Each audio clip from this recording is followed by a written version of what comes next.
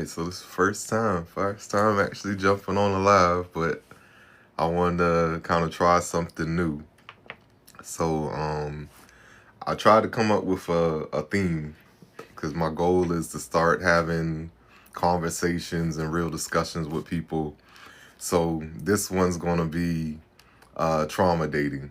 So more or less, you may relate or not, but when you get into relationships, a lot of times people already have their own backgrounds, their own experiences that they've worked with. And so you have to learn to now work around their triggers. You have to be open and honest about your triggers.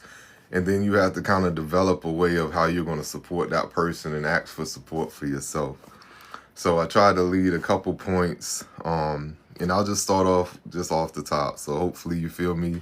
Feel free to chime in. Try and make it interactive, and let's just be honest and speak on what life is. So the first thing I said is it's hard when you're trying to move past your trauma and still trying to support someone else at the same time, because you haven't made the strides you need to make yet in order to really be 100% authentic to yourself, to kind of find that self-confidence again, build yourself up enough to continue to show up. And if you can't show up for yourself and then you trying to show up for other people, it makes you up enough to continue to show up.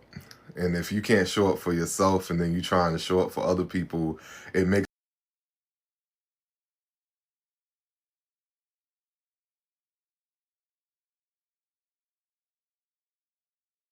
problems. We develop those coping mechanisms on how we survive this bad relationship. So we learned we had to fight. We learned we had to walk on eggshells. We learned we had to be defensive in order to be ready for their attack.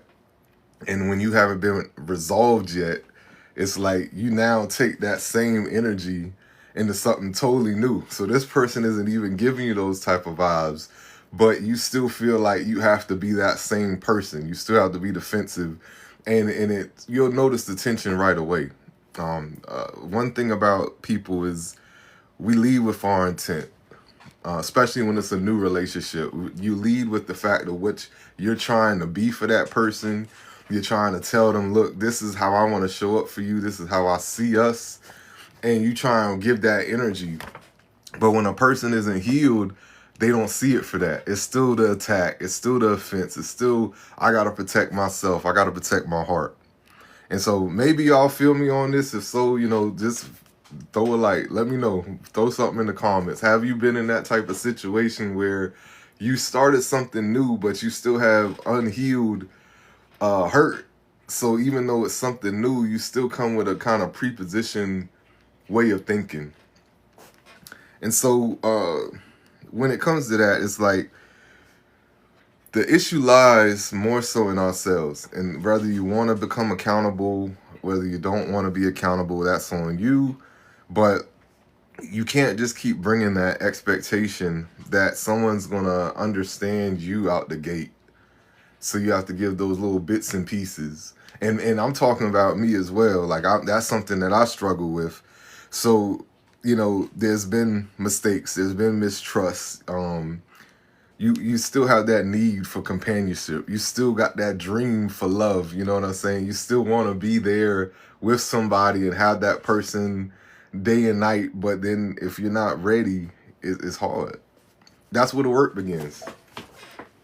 And with that work, it's the accountability. You have to now become accountable for your own behaviors. You have to develop a healthy mechanism that allows you to be able to set boundaries and then say, look, I know, this particular thing you may not like, but I'm willing to try and work on that as long as you're willing to be patient and work with me. And so it helps you to get out of the cycle. My cycles, and I'll just be completely transparent. I've been in a relationship even recently and where my triggers start to surface. Like I've been in situations where, there was infidelity. There was some toxicity in terms of, let's say, gaslighting, narcissism, all those sort of things where you try and you try and keep faith in a person, but they continually show up and make you out to be the bad guy in that situation. And my cycles that I've had to deal with when I come into those things is I naturally gravitate to self-sabotage. And that's like, I feel maybe it's not the worst, but I feel like it's a bad one because you kind of go into your shell. And so you know that you want something out of this relationship, but because you're struggling, because you're, having those mental battles, you start to talk yourself out of it. So then you start to feel like, I don't deserve the relationship, or maybe this isn't the right place or the right person. And you start bringing so much doubt to yourself that in that doubt, you actually start to talk yourself out of the relationship. What could have been a simple exchange, a simple, we had a disagreement, let's just move forward. You start to get to the point where you're like, I don't want to move forward no more. You know what I'm saying? It's like maybe this is a sign. Like everything becomes a sign, and you can do that. You would become there's victimization, where someone brings up something and you just take it as, oh, I'm now a victim in this. Now, I've been doing everything I could do, and now, I'm being the one who's getting hurt. And you start to kind of like just spiral. So, I'm trying to just bring these things up as ways to talk amongst others. I know I'm not perfect. No one's perfect. But one thing we do have is shared experiences. And I feel like one thing we lack, just as a culture in general, is we sit in our experience and we don't talk about it. We isolate, we hold everything in. That turns into stress, that turns into pain, hurt, whatever, and then it begins to spill into other aspects of our lives. You go to work and now you're already stressed at work. Your performance is going down because you're still holding on to all of these issues and not like actually expressing yourself. I'm into art. I'm into poetry. I'm into fitness. I'm into all these other things. But when I get into those realms where I'm self-sabotaging, or I'm just low on self-esteem or anything, then those are the things that I stop doing. And immediately it starts a cycle, because when you stop doing the things that are important to you and that are bringing value to you, then you stop valuing yourself. You start feeling like, I can't be myself.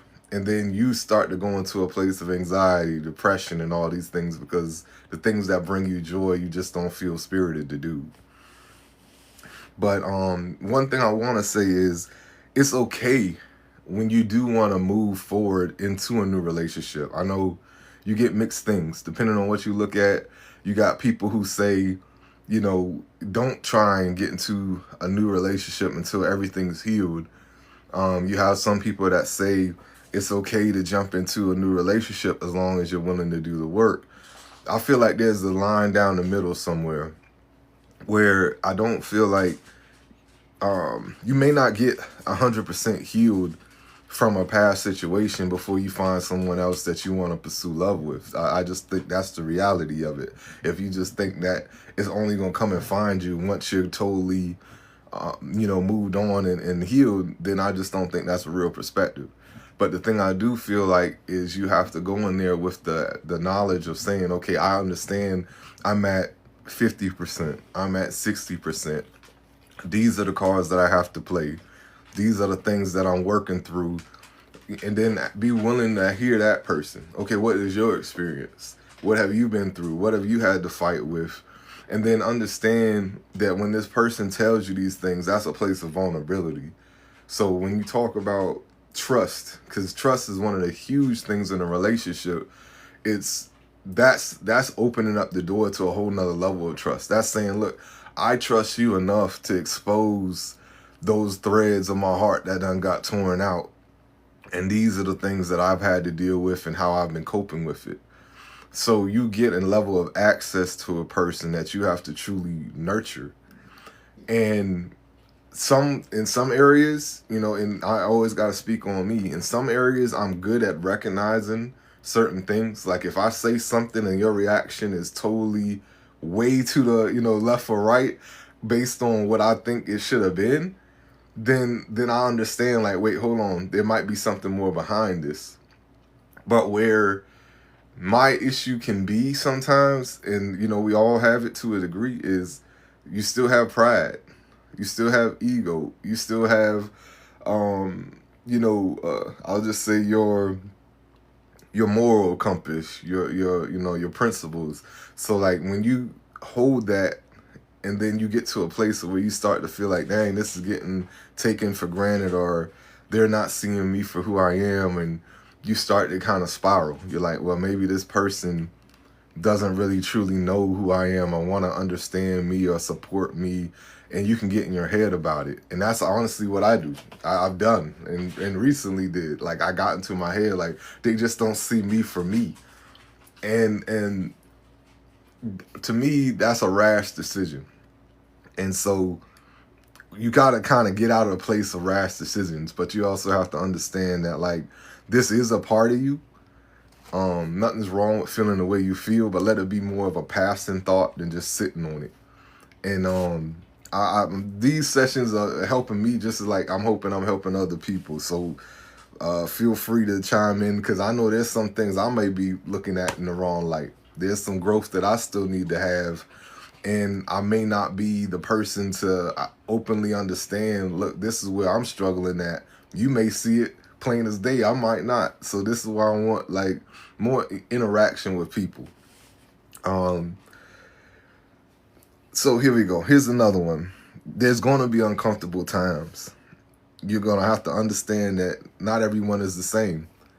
So it's going to be uncomfortable when you bump heads. It's going to be uncomfortable when you thought that this is what something meant that they said, and it didn't. And how you react in those uncomfortable times is where you start to find out, like, how do you direct this relationship? If every time something is a misunderstanding, but you take it personal, then that's speaking to the fact that you have some things in your life that you still have to work on. And you have to be able to be real enough with yourself to identify that. And just be like, you know what? This is the third time we done had this same argument. And then you have to be like, is it me? Or is it the situation? Is it something that I'm not communicating correctly? Like, I'd say always do a temperature check for yourself first before you then try and bring it to someone else. Because that's a lot of energy that you could have probably saved if you just didn't jump and lash out first. And that's something, I promise you, that's something I need to work on as well. So here we go. There will be periods in which you have to find distance to find growth. And then you have to have that time to reflect. I'm more of a person, I like to be around people a lot. Like, I wouldn't say I would err on the side of clingy, but I do, like, if you're my person, then I feed off your energy. So for me, that's a hard one, because when it's time for me to have my times of reflection and growth, a lot of growth has to come when you're in by yourself. And that's, I don't know what you believe, but even in terms of, like, spirituality and all that, you always have to have a safe space that you go to, a prayer closet, or whatever it is that you believe in, to where you do that temperature check and be like, hey, how am I feeling? How am I growing? What are my goals? Where am I trying to move with this? Is this the right decision? Like, all these things you have to bring to yourself, and you have to get that mental index and say, okay, this is where I'm at. Then you can evaluate your relationship. So is this person meeting the needs that I need? Am I communicating effectively with them on what I'm trying to build? And then from there, you can then come with a different approach. Knowledge is power always. So the more you know about yourself, the more you know about a person, the better that you can go to them with any issues you have, or any comments that you need to make, or even some praise. Like, sometimes just giving somebody that praise and be like, hey man, I really like the way that you showed up for me yesterday. I was down, and you recognize that. Like, I appreciate you. So, like, just little things like that, I feel like are the biggest things. And I know for me personally, like, that's areas that I need my growth in, because I'm a very I'll say a very affectionate individual, in the fact that I'll throw a praise, or I try my best to make a person feel that they are appreciated. But at the same time, when my energy drops or where I'm down, like, that's something that I may not consciously do every time. And so when it comes to consistency, consistency is what I feel builds a relationship. So even when you're down, you have to still be able to recognize, hey, this is something that I need to still continue to do. So oh, a big one. This is a big one. Another thing that I would like to note is, be careful when you're in any type of relationship, marriage, dating, just, even if it's friends with benefits, whatever. Be careful of the person that you go to for advice. And I feel like that's essential. Um, I'm a believer in fixing problems internally. If we're in a relationship, then I feel like we have to do the work in order to fix it. And when we can't, if it's something that we just, got a hard obstacle on, a hard wall on, where we can't move forward, then I believe that that's in the time that you bring in a mediator. And when I say a mediator, it's a third party. It could be a counselor, it could be something, but it's just somebody that doesn't, and I'm gonna say it the street way first, someone who doesn't have skin in the game. Basically, someone who isn't already biased to one or the other. So I'm not saying just go to your best friend and be like, hey, this is the situation, blah blah blah, because your best friend already has you at heart. Some you do have some real good friends who don't give you that biased opinion, and they'll be like, look, you wrong. And that's good if you have it, but just still be careful, because depending on what the matter is, it still can bring in some bias one way or the other, because you have to understand that the person that you go to, they still have traumas, they still have a life history that they've been through, and so they may be good all on these type of problems. Hey, I'm having this type of problem in my relationship, man, what's your take on it? But then you may ask them that one time on a situation that they're healing from. So maybe it was, I don't know, their significant other was abusive.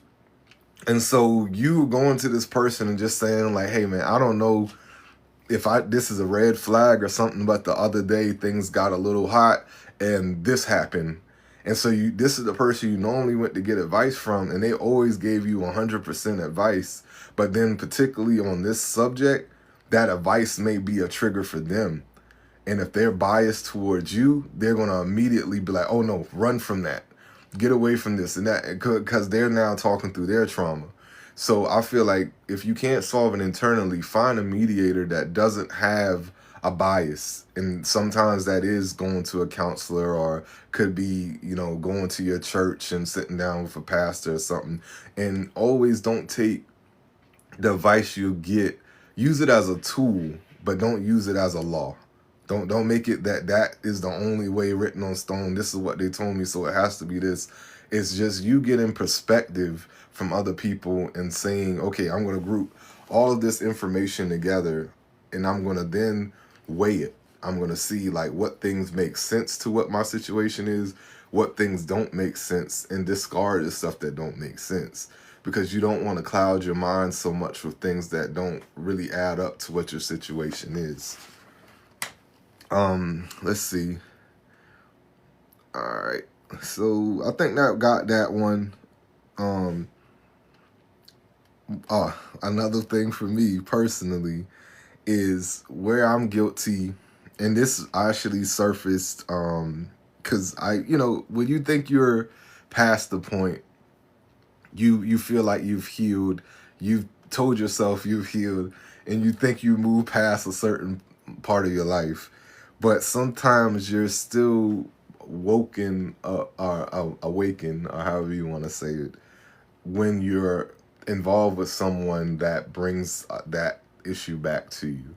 And what I mean is, for me, it's hard for me sometimes to detach from the situation and see it in totality. So for instance, let's say I'm having an argument with someone on something, or I call it an argument, you can call it a discussion, conversation, however you want to present it. It's just whenever you're talking to someone and you have differing opinions, and when you bring that up, and then you have to now try and figure out, okay, what was the source of this? So an example, let's say I forgot that you asked me to do something and I forgot to do it. And for me, it could have just been, hey, make sure you go to the store on the way home and grab some milk or something I needed for dinner. And so you're like, okay, yeah, no problem. Life happens. You come home, you done got everything else, but you forgot to get the milk for the dinner. And when you get home and she's like, okay, where's the milk? And you're like, oh, shoot, I forgot. My bad. It skipped my mind. And then their reaction is escalated. Like, it's way past the point of where you think me forgetting milk should be. A lot of times, naturally, you get on the defensive. You're like, what? It's just milk. Like, what's the problem? And when you approach it that way, what's going on? When you approach it that way, you don't realize that the reason that escalated the way it did was because that was probably a part of one of those things that they're working through. They may have a trigger. They may have came out of a relationship where when they asked for things, they never got that thing fulfilled. So it was always them having to reach, always them having to struggle to get whatever it is when they had a perfectly good person who did it, but they chose not to prioritize them. So what you saw as a little problem, when you saw that reaction, you knew it wasn't the typical reaction that should have happened, but you didn't step back enough to understand, oh, there's something more to this. So you went defensive, you reacted, now you're on, your escalation, and now you don't, it's like a whole mess. Like, it's a whole mess, and neither one of you are making progress in it because they're speaking from their hurt. You're speaking from what you've actively tried to do, and you never meet in the middle. It's just like, you can't understand it. And a lot of times you don't get clarity until things cool down. And by that time, a person already done been in their feelings, and now they've lost a little trust. Now they're starting to question a little bit. Now you may see some self-sabotage on their end. Oh, I'm not going to ask you for anything else. They're like, well, and it starts to spiral. And some of those things, like even now, like I don't always know the best way to navigate it, but I do believe sometimes you have to call some things to attention and just be like, look, what was that yesterday? Like, I know I forgot the milk, but it just seemed like there was more to that. Like, what caused it to be as bad as it was? And like, that's why I think a whole lot of this is developing a safe space, developing boundaries, and then being aware enough with people to recognize, hey, there's something else going on. And that's where you have to really become I'll say more of a detective in your relationship. Don't just love a person. Don't just show up for a person.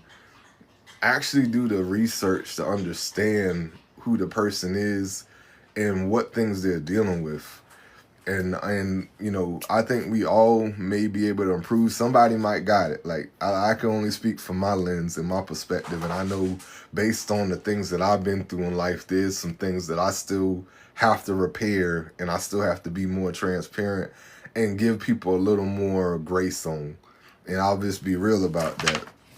So I'm just gonna move forward past that one and just say, all of these situations, and I know this is kind of like a first thing, so I'm going to call this like trauma series part 1, because I don't want to take all day in walking through these things, but I do hope that when we get the, series or the, part 2 or part 3, that if you like what you're hearing here now, like, be more vocal. Like, like, I have no problem if you want to jump in. Let's talk. Like, let's talk. Like, that's what this is about. Like, you don't have to sit here and just hear me. Like, throw something in on the comments. Like, what's a time that you did? What's a lesson that you learned? What's something that you do now that you may not have done in the beginning based on what you learned about, your person? And so is the more that you give that, it's going to honestly help me, because I know I'm still working. I'm still trying. Like, I'm still trying to heal relationships. I'm still trying to get to the place where, you don't just walk away when things get hard. You actually pour back in and understand, like, all right, we may have needed a breather, but I still want this to work. Like, I'm still in that place. So the one thing I'll say is all of these situations are a byproduct of unhealed trauma. And but with the proper process, I feel like you can overcome trauma. You can move forward, and you can learn to heal not only by yourself, but you can learn to heal with someone else. But it's going to take a lot of discipline. It's going to take a lot of discomfort, and it's going to take a lot of awareness to overcome it. And that's something, like I said, right now, like, I have a situation that I was in. Well, I won't even call it. I feel like that's kind of disrespectful when you just call something a situation. I have a relationship that I was just in, and I felt like that relationship was something that was, honestly, it was a special thing. It was different than, I could say, pretty much any type of relationship that I was in prior, just because I come to it now with a different perspective than I had, months ago, years ago, anything like that. I feel like every relationship you step into, you come in with a new look. And with that, though, there's a lot of new challenges. And so with those new challenges, I can say that there were some things that I still didn't do the best on. Like, it was just like, I know it's a challenge. I'm telling myself, I'm motivating myself, okay, this is something I'm going to get past, this, that, and the other. But it's the consistency and the persistence of it. I started to get mentally drained. And it's because not only in being realistic, sorry, this is one of my dogs here, this is Rocky. But dealing with it, it's like you have your responsibilities to your life. If you have family, you have your responsibilities to your family, your friends, and outside relationships. But then you also have the commitment to your relationship. And with that commitment to your relationship, that honestly takes a whole lot of energy, because you got to remember, this is now a person who's pledging themselves to you and saying, look, I would like for this to be a future in some capacity. Because, I mean, you have struggles even when it's just a whole, friend with benefit. It's still, if you think about it, the basis of it is still friends. So in order for that relationship, watch out, right? Well, in order for that relationship to work, you still have to have that friendship part. Because if you can't stand one another, if there's always some drama or whatever, then the benefits ain't really benefits at that point. Now you still bothered, because it's like, you know what, I'm not even going to deal with them no more. I'm tired of that. And so you still have work regardless, I promise you. But nobody is perfect. These are the main takeaways. Nobody is perfect. Patience is key to success. You have to be able to hear when someone is telling you that something bothers them. You have to be able to hear when someone is also telling you that they're trying. That's a huge one, because you come into it and you're just looking at it as, hey, this is a person that's saying that they want to be with me. So immediately you set a standard. That's what, well, technically that's what you should do. So if you're going to pursue a relationship of any sort, you have to define what that relationship is, the boundaries, and what you're willing to accept and not accept. And when you do that, then you have to also take that standard and you have to break it down. Like, because you're going to have milestones, and you're going to have some grace along the way. And some of those things are going to be when the things just get terrible, when you feel like this is it, like this ain't the person for me, this is whatever. You then have to go back and have that reality check and be like, okay, I know things is real bad right now, but let me also see what things are still good.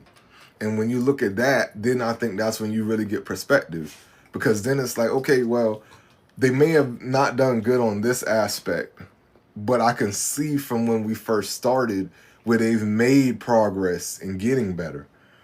But then you can also say over here, they knocked that out of the park. So then it's now becomes, where are you willing to now put in more energy to allow them to then move forward? And so then that's when I feel like, when you recognize this is a standard that I have, watch out, y'all.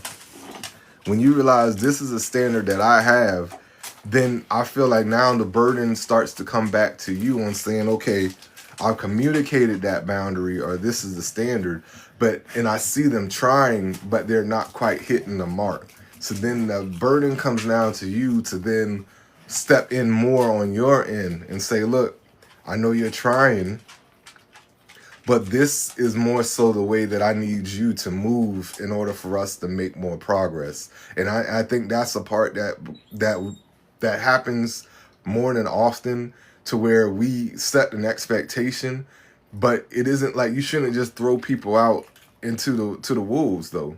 Even though that's your expectation, you have to still help guide someone, because this is the person that you want in your life to fulfill that space for you. So you can't just give somebody who never cooked this dish just the ingredients and say, go cook it. They're not going to know what to do. Like, they know, okay, this is what it's supposed to look like, this is what it's supposed to taste like, but I can't tell you how to even get started on this process. So when you see them, okay, now they done started whipping up eggs, and now they done threw some flour in there. Now you got to say, hey, you got to season that thing. Put this in there. Do this, do that. Like, you have to start giving them some more guidance so they can understand more of you and how you want that fulfilled. I'm guilty of it too. Like, I want this in my life. I want this to be the person that I show up for. I want this to be, when I go outside, I know this person has my back this way. But I can't just say this is the way you show up and not give them the breadcrumbs on how to get there. And when they are trying, give them that grace, give them that praise, and say, look, man, I see. I know, like, some months ago, we wouldn't even been here right now.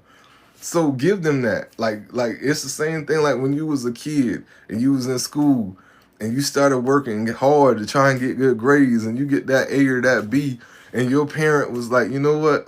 You working hard, man. Get some McDonald's, or let's go get ice cream. Like, just giving them that little bit of satisfaction to let them know that they're still making moves in your life and you're appreciating that. Like, that gives more value than anything you may even realize, man. And so, like, I'm reflecting even now, just talking about it, and I can see places to where I could have showed up more. You know what I'm saying? But that's life.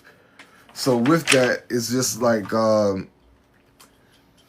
know this is a long one, so I'm going to cut it here soon, but just one thing you have to do is just hear when someone's telling you that they're trying, and then let them get better at dealing with it, and then understand that that process means that they're having to shift their lifestyle to accommodate your triggers and your trauma. So it has to be understood that there's also a process. So it's not going to be right all the time. But as long as they're still learning to adjust and showing you how they want you to feel safe, how to feel comfortable, then you have to give them some room. Like, just give them some room. When you do have problems, understand that it's going to take emotional endurance. It's going to take patience. It's a new relationship, so it's going to take learning something new. Develop a safe way to deal with it. Instead of just arguing until someone taps out or walks away, like, that's never going to be healthy. Never. you have to get to a point that if you really can't resolve something, don't let that keep going. Like immediately, like when you recognize, okay, she said her side, he said his side, however it is, and there's no resolution, and it's starting to get worse, then put a stop to it and just be like, okay, you know what? Before it goes too far, let's stop. Let's just sleep on it. Agree to disagree. Move on. If you in separate spaces, hey, should I just stay home? Do you want me still like to come to your place, or like just get off of that and give yourself room to process and then work forward. One thing we have to do is I called it a break the glass button. Like when it's getting bad, you just, hey, all right, we gotta kill it. But establish safe boundaries on how to move forward. Recognize the cycle. You know, it's not going to change if you're not recognizing the person and recognizing the obstacles. So I think, and I appreciate anybody who came in, anybody who kind of just, even if you just said, hey, you know what I'm saying, I appreciate you. So I'm going to let it stop here. We're going to call this Trauma Dating Part 1. Hopefully, you know, I'll try and get something out there. So for the next one, I'll try and drop something to let people know that we're going to do Part 2. If you want to be like a guest on here to speak or something like that, just send me a message or something. Like, I love for it to be more of a conversation and just a directive for me. So for anybody who's out, you know, it's more than welcome. It's an open platform. I'm pretty open myself. Like, I welcome knowledge. I welcome information. And I would love for this to just be a process that, you know, keeps going. We get more people involved. And hopefully this helps me, helps you, and we start building another way on how we can move forward in healthy relationships instead of sitting in with trauma. So thanks again, y'all. I'm gonna cut it here, and I appreciate you just for chiming in. And y'all have a good day. Love who you with, show up where you're supposed to, and then, you know, just be accountable for your role in things. Thank y'all. All right.